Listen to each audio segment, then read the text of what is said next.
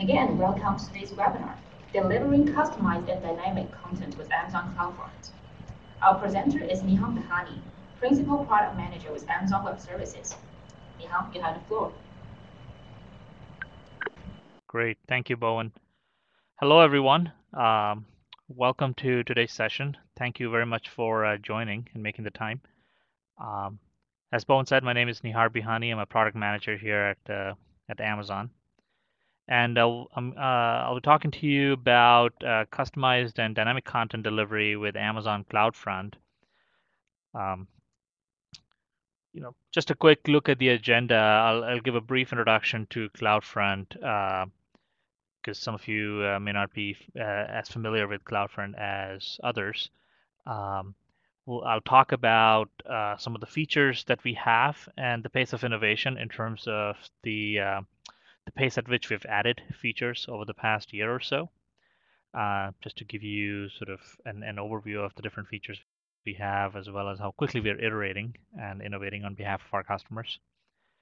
We'll spend a good chunk of time today talking specifically about some new features we recently added for device detection, for multi-site hosting, for geo-targeting of users. So we'll focus some time on that and understand how those features work, do a couple of demos so you can actually see those features in action.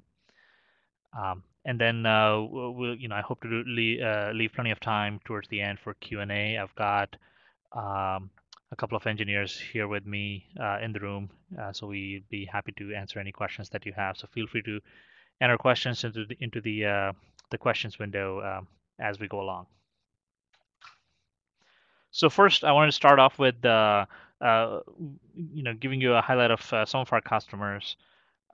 The key message I always try to deliver here to our customers is, or when I'm presenting is, it's the diversity of customers that are using CloudFront in terms of types of customers, be it in the video or media delivery space, or game or software downloads, or news websites, e-commerce companies.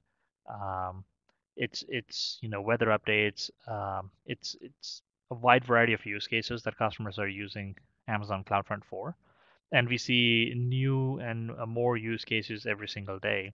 And some of the features that we'll dive into today for delivering more customized content and personalized content for users can enable even more use cases when it comes to taking advantage of some of the performance and scalability benefits that Amazon CloudFront can provide. So what is CloudFront? For those of you unfamiliar, CloudFront is a content delivery network. We have currently 52 edge locations around the world. You can see a map of the locations here and all of the locations listed. These locations are also available on the Amazon CloudFront webpage. So if you just go to the AWS website and search for CloudFront. The ones highlighted in red are the locations we have added just in the last 12 months. So we're continuously adding new locations in all corners of the globe to help improve the performance, the latency for your end users who are global and who are all around the world. As we look into the future, we'll keep prioritizing and adding new locations. So you'll see more and more locations come over the next several months. We also iterate quickly on features. So this is just in the last 12 months. Starting with May 2013, we added a number of edge locations in Seoul, Korea, in Chennai and Mumbai. We also added, over a year ago now, support for custom SSL certificates. So you can now have your own custom SSL certificate hosted on Amazon CloudFront, and then use your own domain name to serve SSL content to your end users. We also added in September support for customized error responses. So you can actually present a branded error page instead of just a generic error page that just shows the error code, so that your end users have the at least the perception that your site is available, or at least are directed to a location on your site where they can find other useful resources. We also added in October of 2013 support for post, put, and other HTTP methods like delete, options, and patch.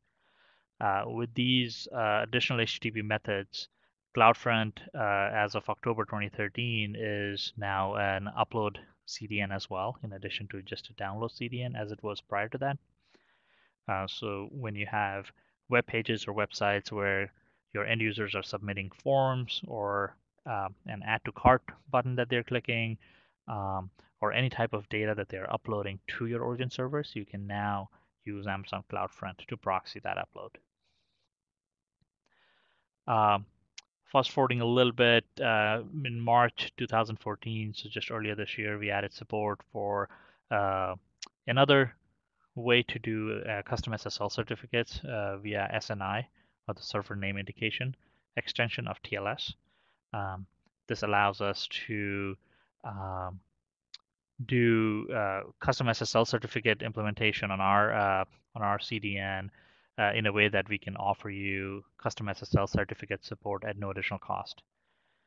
We also added support for HTTPS enforcement, so you can redirect from HTTP to HTTPS, and also added the first version of CloudFront usage charts, which are available in the AWS Management Console, so you can see your data transfer requests and several other dimensions in terms of your usage. In April earlier this year, we added support for EDNS, client subnet. This allows us to route end users based on their actual networks instead of just the DNS resolvers they're using. So if you have end users who are using OpenDNS or Google DNS resolvers, we're able to route them with more precision than we could previously just by looking at the IP addresses of those resolvers. In May, we also included CloudFront in the AWS free tier. So if you're new to AWS and are part of the AWS free tier, which is 12 months of usage across multiple AWS services for free, you can now take advantage of CloudFront as well. I have a little bit more detail towards the end of the presentation about what comes with the AWS free tier as far as CloudFront. But that's a great way for you to get started with testing CloudFront for your use case. And then just recently in June, just last month, we added support for device detection, geo-targeting, host header forwarding, course support. And these are the features that we'll dive into in a little bit, so I won't spend too much time on those here. So again, this is just in the past 12 months. We're iterating quickly on features that our customers are asking us for. Customers tell us that these are features that are important for them to be able to use CloudFront and use use CloudFront for more and more of their content. And so we're going to continue to add to this list and continue to add features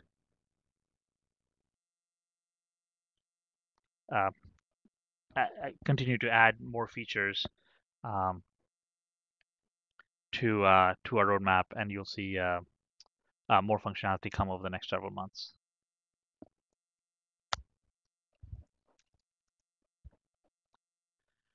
So CloudFront can be used for delivering your entire, for all types of content for your entire website.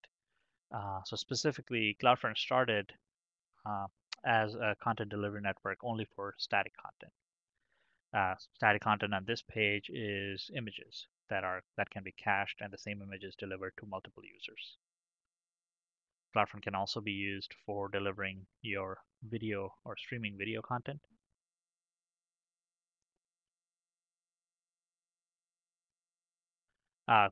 CloudFront can also be used to serve dynamic content. So dynamic content on this page is Chris's Amazon.com, so you can see it's personalized to that particular user. And of course, this cannot be served to the same the same page cannot be served to different users because it has the name of that particular user on that page. So that's an example of personalized or dynamic content. User input, I mentioned this briefly, but this is a search box where the search entry is submitted to your origin server as a post, generally as a post request. And that post request can also be proxied via CloudFront Edge location. So you can submit this post to a CloudFront endpoint. And then finally, SSL. You can see this page is being delivered over HTTPS, and it uses a custom domain name. In this case, it's www.amazon.com. And so you can actually host your SSL certificates on CloudFront to enable this functionality. So as a result, all of the different component pieces of this page can be delivered via CloudFront um, uh, by using different configuration options within CloudFront, which are all self-service. And I can walk you through a lot of those options when we get to the demo portion. So from an architecture perspective, that looks something like this.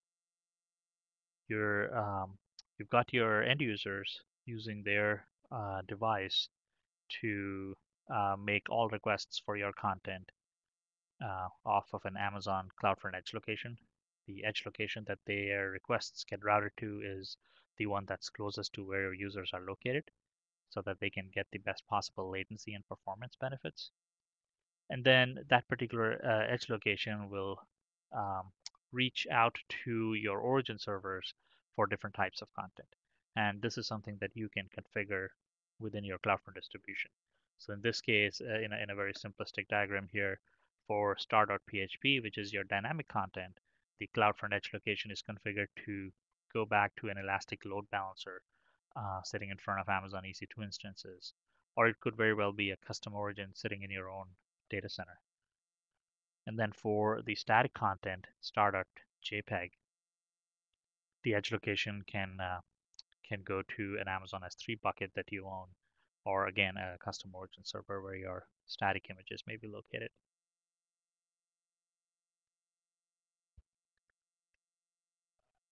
In terms of some of the popular CloudFront features, have tried to bucket them into different areas where customers um, have asked us to build features and what we've delivered. Um, CloudFront offers high availability, and some of the benefits that we provide customers there are a service level agreement. Customers can also configure origin failover via Route 53, which is our DNS service. Customized error pages are something that you can configure so your customers at least have the perception that your site is available, even if your origin is unavailable. And then CloudFront is a cache. So CloudFront will also serve stale content when the origin is unavailable, as long as the content is cached at the edge location. So all of these combined can help with increasing the availability of your applications when using CloudFront to deliver the entire application. In terms of performance, there are several TCP optimizations and persistent connections that CloudFront maintains with the origin server. I spoke already about the EDNS client subnet support in terms of routing end users. You can also use Amazon Route 53 to configure latency-based routing. So you can configure different origin servers in different regions, and then have CloudFront go to the region closest to that CloudFront edge location based on latency-based routing that you configure in Amazon Route 53. In terms of cost of using CloudFront, CloudFront is a pay-for-what-you-use service. We do have commit-based discounts available for our customers that have a more predictable volume of traffic over the course of a month. We also provide price classes as another feature. Price classes is a way for you to restrict the delivery of your content from less expensive edge locations or from more expensive edge locations and deliver only out of less expensive locations. Um, and the benefit there is that your bill at the end of the month is less because your content is delivered out of locations that may be further away from your end users, but these are less expensive in terms of cost for you. And then finally, in terms of cost of ownership, if you're using AWS origin servers such as Amazon S3 or Amazon EC2 or an Elastic Load Balancer as an origin for your CloudFront distribution, the data transfer between the origin and CloudFront edge locations is discounted um, relative to data transfer out of those origin servers to the internet or to another user that is not CloudFront. In terms of use cases, video streaming, we do support on-demand and live streaming, um, both RTMP flash streaming for on-demand as well as HTTP streaming for both on-demand and live. We recently also added support for Microsoft Smooth Streaming, and you can configure adaptive bitrate streaming and deliver that via CloudFront. I won't get into too much details here, but you can, if you're interested in learning more about video streaming, you can go to the Amazon CloudFront webpage and read about some of the functionality we offer there. For whole site delivery, you can serve, again, both static and dynamic content via CloudFront. You can configure different content expiration periods for different types of content. So for instance, for images, you can configure that the content should live in the cache for a long period of time because your images don't update very often. But for dynamic content, you can configure a content expiration period or a time to live as low as 0 seconds so that it's purely dynamic. You can also have multiple cache behaviors and multiple origin servers. Cache behaviors are essentially how you want to organize your application or your website structure in the CloudFront distribution. So you can use path patterns like star.jpg, star.php, as we saw in the previous example. And then origin servers are simply when there's a path pattern match, which origin do you want CloudFront to go to fetch that object. You can also use cookies and query strings to customize the content in the cache. And then finally, in terms of security, CloudFront offers the ability for you to serve content privately or said another way, only to users that you authorize. So you can sign URLs, and only when end users come with a valid signed URL will they be able to download the content from CloudFront Edge locations. You can also do custom SSL certificate, and there are a couple of different methods for doing that, the dedicated IP versus the server name indication. You can read more about those again on the Amazon webpage. Geo-restriction is a feature we recently added towards the end of last year, where you can configure either a whitelist or a blacklist of geolocations. And then based on where your users are located, they will either be allowed to download your content from CloudFront or will be restricted from downloading that content. And then HTTP to HTTPS redirect is the enforcement of HTTPS. We see a trend in terms of customers moving more and more towards delivering all content on their site over HTTPS. And so this helps satisfy that requirement for customers where if their end users do happen to try and connect over HTTP, they can be redirected to the HTTPS version of the site right at the edge location.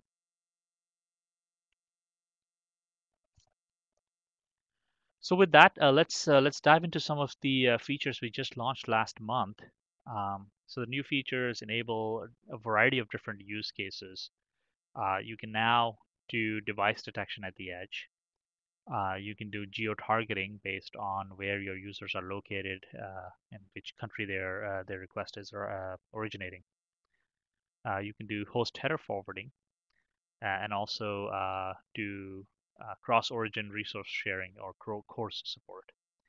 And the way these use cases and several other use cases get enabled is because we've now added the ability to CloudFront for you to configure, optionally configure forwarding request headers back to your origin. So there are 3 different options now for each cache behavior in terms of what you would like to do with the request headers from your end users. you can, not forward any of those request headers to your origin. That's sort of the default option. Or you can configure a whitelist of headers that you would like to forward to your origin server so that your origin server can use that whitelist or those headers and customize the response for that particular request.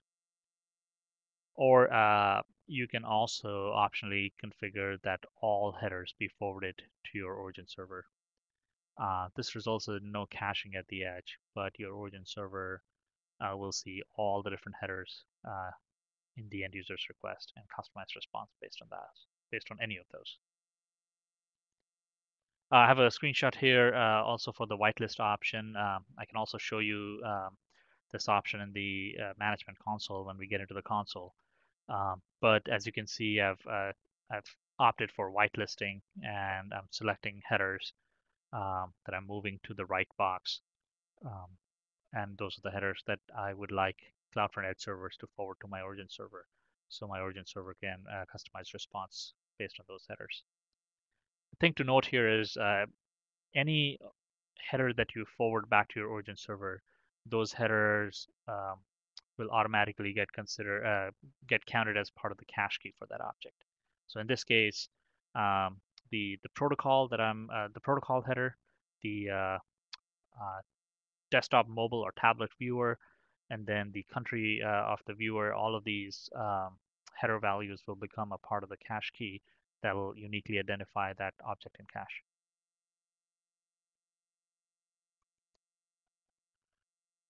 So a little bit about each of the use cases. Device detection. What we've done is based on the value of the user agent header that we receive at the CloudFront Edge locations from your end users. We translate that into whether the end user is on a mobile device, a tablet, or a desktop, and send these headers back to your origin server so your origin server can customize the response based on the type of device that your users are on.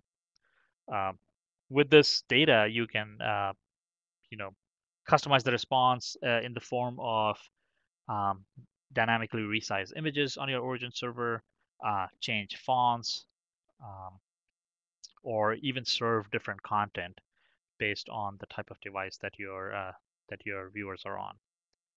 In addition, you can also look at the value of these headers, and serve a redirect at your origin server, so that when your user is using, let's say, a mobile device and going to the www.mysite.com, you can actually redirect them to the m.mysite.com version of your site.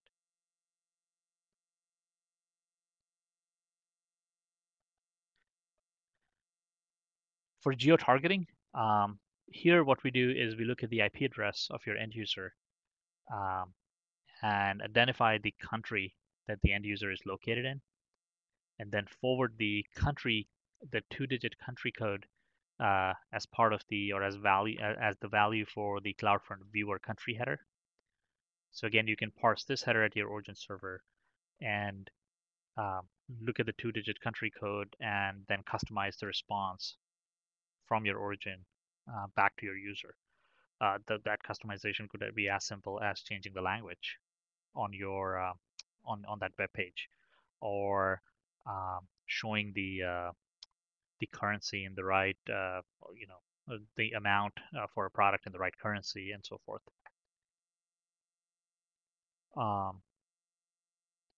This is, based on the country, you can do all these customizations, and this is across any of the devices. So this is independent from the device detection that we just talked about. Geo-targeting is forwarded to the origin as a separate header, so you can look at this header just based on the country that your users are in. You can serve different content, and without changing the URL for that particular object. So it's the same URL, and the country code becomes a part of the cache key for that object. So when the second user from that same country tries to download that same object, they will get a cached copy where the cached version will be, or the right object in our cache will be identified based on the combination of URL and the country code.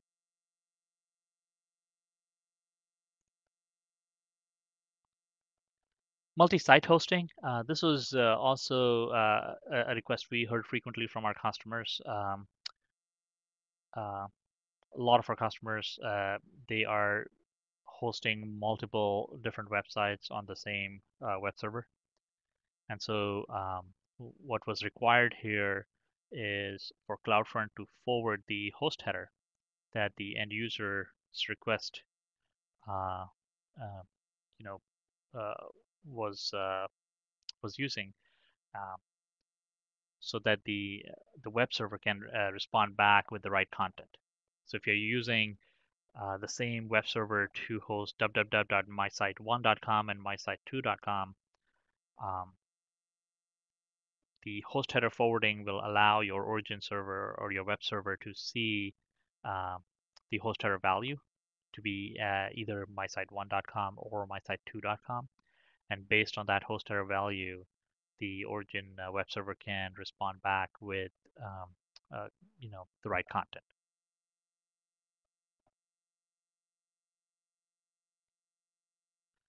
Cross-origin resource sharing. So if you're serving, web fonts or images or anything else where you need to validate where the request is coming from, CloudFront now respects the course settings on your origin server, and the way we do that is by forwarding the origin header to your web server, to your origin server, where you may be hosting the resource that you're vending out. It also works well with Amazon S3's course support. So your origin server can look at the value of the origin header, and then based on the rules that are configured on the origin server, either serve the content or not serve the content to that particular end user.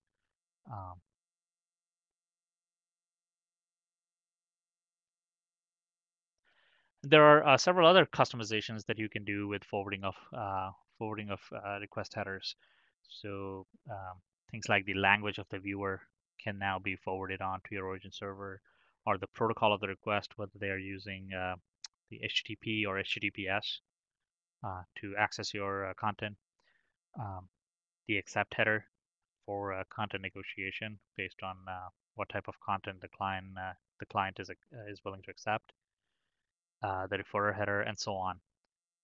And that's what forwarding all headers effectively does when you select the option of forwarding all headers to your origin. Although this results in no caching at the edge, you have the ability to customize and personalize your response from your origin server based on any information in the request header. It effectively makes CloudFront completely transparent to your origin server. So it's as if your end users are making a request directly from your origin server. And yet you get the benefit of proxying these responses back to your end users via CloudFront, because you benefit from the persistent connections and the TCP optimizations that CloudFront enables. So I'll take a quick minute at this point, and I'll switch over to my browser. And what I wanted to show you is a couple of quick demos. But before I do that, let's go to the AWS Management Console. And this is the CloudFront section of the Management Console. And if you're not familiar, this is a specific CloudFront distribution that we're looking at, where you see the distribution ID, the type of distribution, so it's an HTTP web distribution. And I have set up cloudfront-test.com as the CNAME for this particular distribution. And let's go to the origin. So I have multiple origin servers set up. These are all a couple of these are S3 buckets, and then I also have an Amazon EC2 instance set up as the origin server. I also have several cache behaviors. So like I mentioned, you can set up path patterns such as images /tar or fonts/star. You can also have a default path pattern. So in my case, all of the static content is pointing to my S3 bucket, and then the default cache behavior is pointing to an EC2 instance where I'm running an IaaS web server. So going back to what my EC2 instance is, or my IaaS web server is serving, it's serving this particular website. And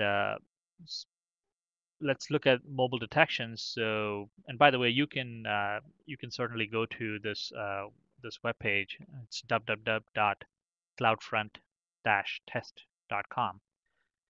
And if you're on a mobile device or have a mobile device with you right now, you can go to this web page and click on the View Details under Mobile Device Detection. I'm on a browser on Windows laptop right now, so I see my results showing here as you're viewing from a desktop. But if I were to go to this page from my mobile device, I would see a picture of my mobile device and it would say mobile over here. There's a little note here that you can also have your origin redirect to a mobile website depending on the value of the mobile header.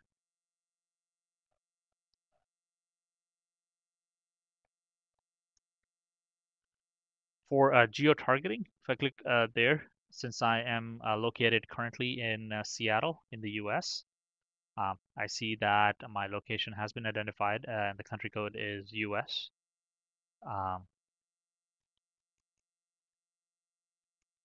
If you are located outside the US right now, you should be able to see your country code listed here when you go to this particular web page.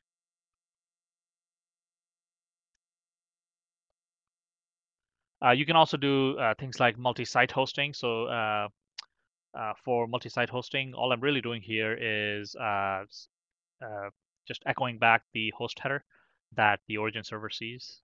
In this case, it's cloudfront-test.com. So with the knowledge of what the host header is, the IaaS server can respond back with different content. So if I had another host name such as cloudfront-test2.com pointing to the same IaaS server, based on that, the origin server can make a decision on what content to respond back with. Geo-blocking, I can, let's go back to the CloudFront Management Console, and if you go to the Restrictions tab, you'll see the option to create restrictions. And when you edit that, you can enable geo-restriction. And what you do here is you can configure either a whitelist or a blacklist, and then have countries that you would like to either whitelist or blacklist, and then those added to your configuration, and then save your configuration.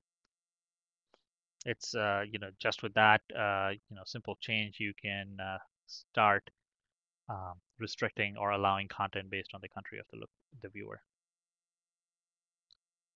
So those are some of the things that I wanted to show. Let's get back to the PowerPoint.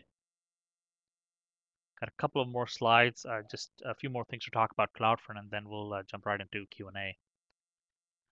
So in terms of using CloudFront, again, if you're new to CloudFront, it's self-service, much like all other AWS services. You can sign up and get started on a self-service basis just in a few minutes. You don't need to write any custom code or re-architect your applications. You can have CloudFront point to your existing origin servers, and then add customizations and serve dynamic content based on enabling the forwarding of the right headers. And you can do all of that by making an API call or via the management console. CloudFront is also supported by the AWS support organization and the support product. You also have AWS solutions architects available. And then we do have dedicated support engineers based on the level of your level of support that you have with AWS. You can get very fast response times.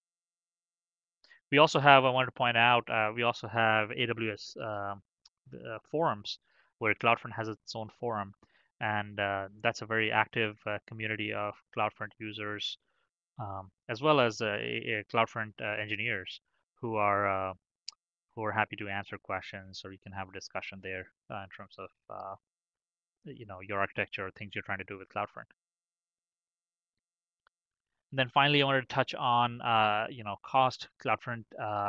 The way we think about CloudFront is with more customers and more usage, we get the benefits of economies of scale, which helps lower our cost, and then we pass those on as lower prices to our customers. That's a philosophy that we have across all of AWS, and CloudFront is certainly a part of that. And most recently, we added CloudFront to the free tier, so now there's a free usage tier available on CloudFront. And then lastly, we do have, as I mentioned earlier, we do have the option for you to sign up for commitment-based pricing that gives you discounts over the public rates that you can get on the website. So if you're interested in that and have, you can contact the AWS sales team. There's a link on our pricing page to contact us. And then a couple of resources at the end. So here are the details of the AWS free usage tier for CloudFront. You can get 50 gigabytes of CloudFront data transfer per month and 2 million HTTP and HTTPS requests per month. And then before we jump into Q&A, I just wanted to call out that we do have office hours coming up in the next few days. So on July 30th, from 10 to 11 a.m. Pacific time, we have office hours where CloudFront engineers will be available. The format of the office hours is different from a presentation like this one. In the office hours, we spend about 5 or 10 minutes at the beginning just giving you a quick update on CloudFront, and then we spend the majority of time just working with you on your questions and trying to address as many questions as we can. So with that, let's open up for Q&A.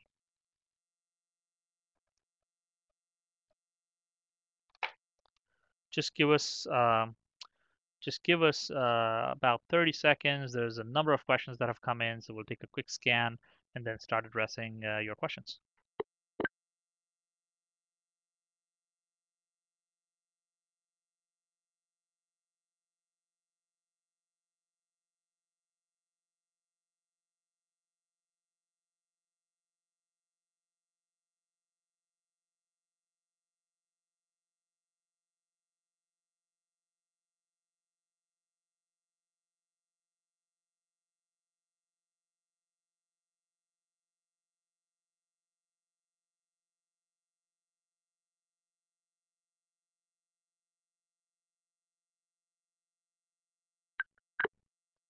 Great.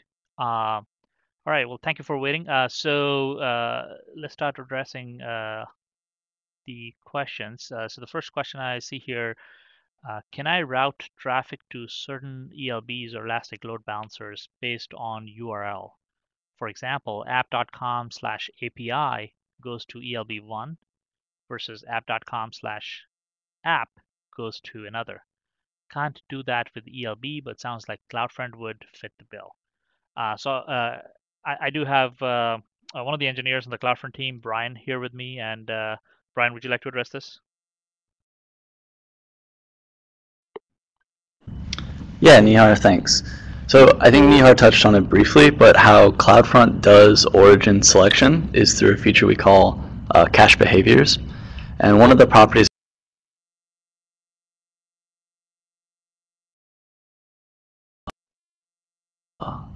the path section of your URL, and you can put an asterisk in there to do star or glob matching. And what that will do is you can match the URLs from your site. So in this case, app/API could be routed to origin 1, and app/ I don't remember the other example, but that could go to your second origin. And you could also do things like images/star. Everything on your image folder could go to an S3 origin. And that's really what provides you the flexibility and origin selection that it looks like you're looking for. Great, thanks, Brian. Another question, Amazon is offering device detection like mobile devices. I need more specific device detection, for example, iPhone 5. Can I forward user agent header from CloudFront to the origin?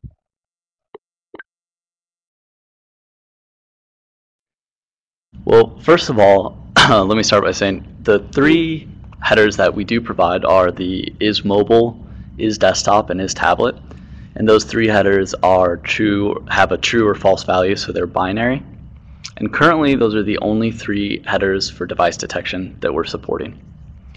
So if you need a more granular view of the devices your viewers are connecting over, you can forward the exact user agent that your client connects to CloudFront with. The caveat to that is we really discourage you doing this because of the vast number of unique user agents that are out there. Because the user agent will then be added to your cache key, you'll see your cache hit ratio, so essentially the number of successful requests that CloudFront can serve without contacting your origin server, will take a large hit. So we're going to have to go back to your origin server for every single unique user agent. So we don't recommend that, but if you have a use case where only that will support it, you are able to do that. So also, let me touch on this for a minute. You mentioned that you would want something like iPhone 5S. So we find it really valuable, you guys letting us know what sort of device detection you need. So if you need more granular device detection, or I think there's another question asking about screen size or whether it's a browser, we really love to hear this feedback.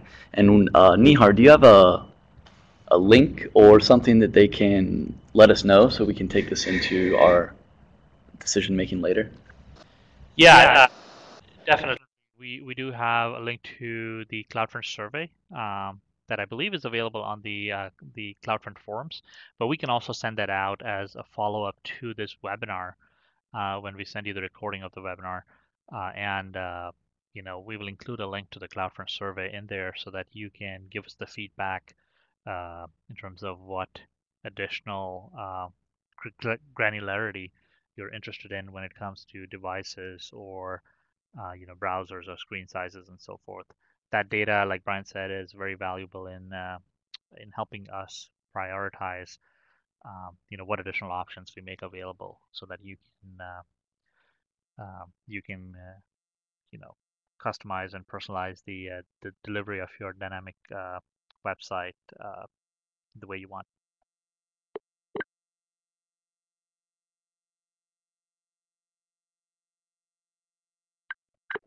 Another question, this is about geo-restriction. So the question is, will X forwarded for header be respected? The context is that my client's requests need to go through my web server before I redirect to CloudFront. Will CloudFront geo-restrict according to my blacklist by X forwarded for header, or will it still restrict by my web server IP? That's a really good question. So CloudFront does geo-restriction based on the IP connecting to CloudFront. So we do not use the values in the X forwarded for header. If that's a use case that it sounds like you want, again, like Nihar pointed out, the customer survey is a great way to leave this feedback, and it's really valuable for us. So just to say again, we use the connecting IP for the geo-restrictions. And for this specific context, we just like to point out one thing. The question mentions that you want to proxy your traffic through your web server first before connecting to CloudFront. On the whole, we usually don't recommend this architecture, as CloudFront is a globally distributed content delivery network. So the sort of scale we're working at is very large. So if you're trying to proxy all of your website's requests through your own servers before CloudFront, you're going to lose the ability to scale to the level that CloudFront could originally. And if your server is only located in one geographical region, you'll also lose our intelligent request routing to optimize your end user's experience. So there are maybe certain use cases where this could be valuable, but we'd recommend not putting CloudFront behind your own web servers, because you aren't going to get the real value adds that CloudFront adds as a CDN. So we're just figured we'd mention that as well while we're in there. Great, thanks, Brian. A couple of other questions related to geo-targeting. The first is there an API call for geo-restriction? So I guess that's more specific to geo-restriction. And then the second one is related to geo-targeting, saying that if I have 200 users in the US, will the request to my origin be only once per unique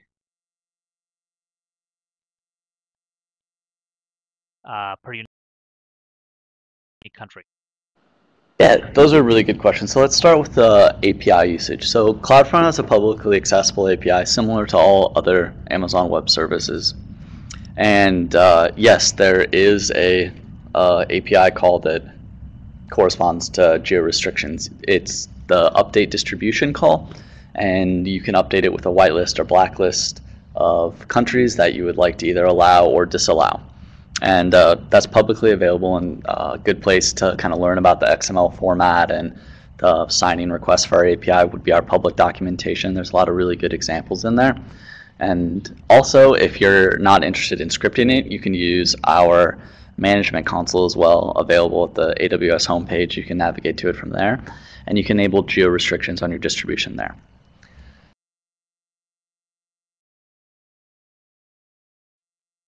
Question. If you have, in this example, 200 users that are all in the United States, CloudFront will go contact your origin only one time for each, only one time in total. So for all 200 users, the first user will cause CloudFront to make a request back to your origin, but all 199 users after that should be served from CloudFront's cache. There are a couple things to remember. So for all 199 users to be served from cache, you have to set appropriate cache control headers so that your object lives in CloudFront's cache for the amount of time you'd like it to. And this also is assuming that all the users are routed to the same point of presence. So, but yes, essentially CloudFront will make one request to your origin server per unique country.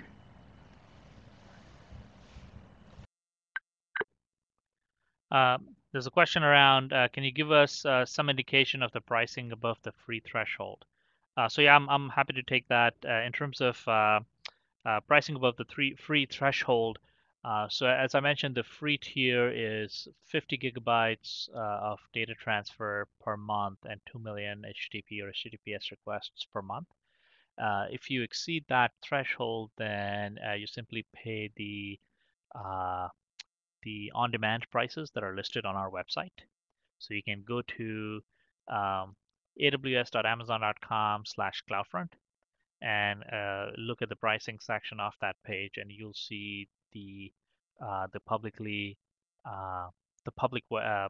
pricing or the on-demand pricing that's available to you. The pricing is per gigabyte. So for example, in the US, it starts at 12 cents per gigabyte. And gets lower per gigabyte as you deliver more and more content in a given month. Now that said, if you have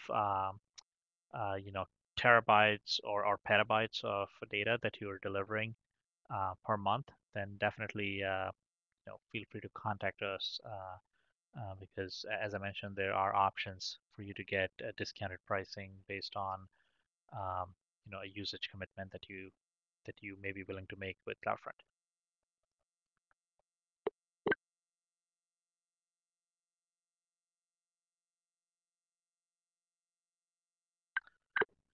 Another question says, after I create an S3 bucket and create a website distribution, I can use the encrypted domain. I have to assign open permission for everybody. Is this a recommended practice? we have purchasers that can download MP3s.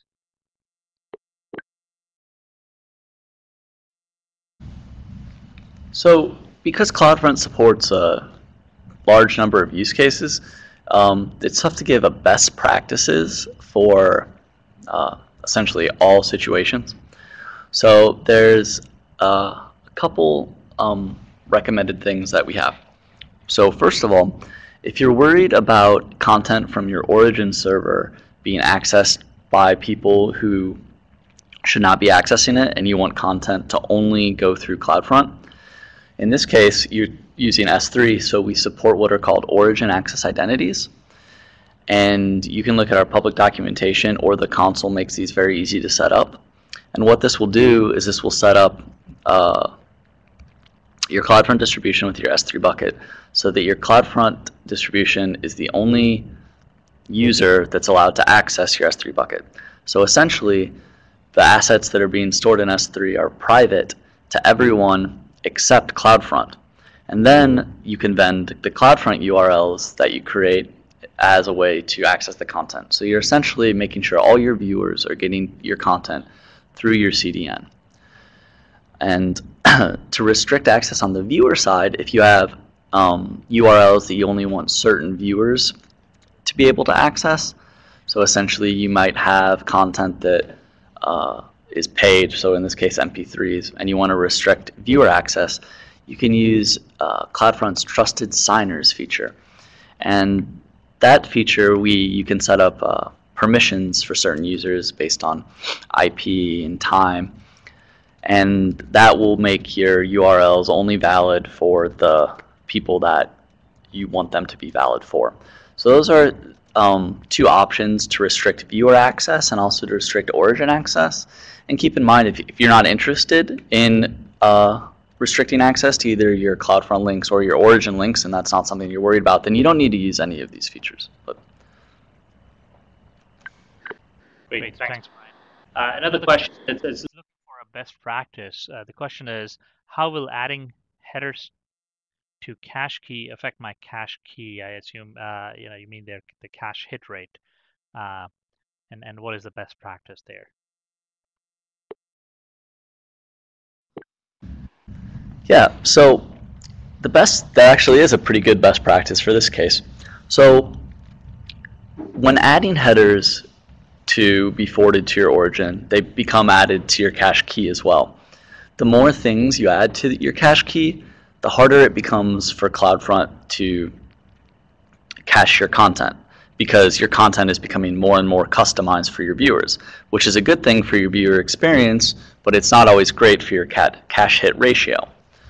So I'm going to use as an example, let's say I have a website that serves a number of images under the /images path and HTML under the /HTML path. And I have a number of objects that I essentially have that are customized via forwarding the CloudFront mobile header, and that's under /mobile images. So in this case, what we'd recommend is you to only forward headers and add those to the cache key on objects that you absolutely need to. So in this case, we'd recommend you'd set up a path pattern for something like mobile images /star, and then configure forwarding headers of the mobile device detection header to your origin.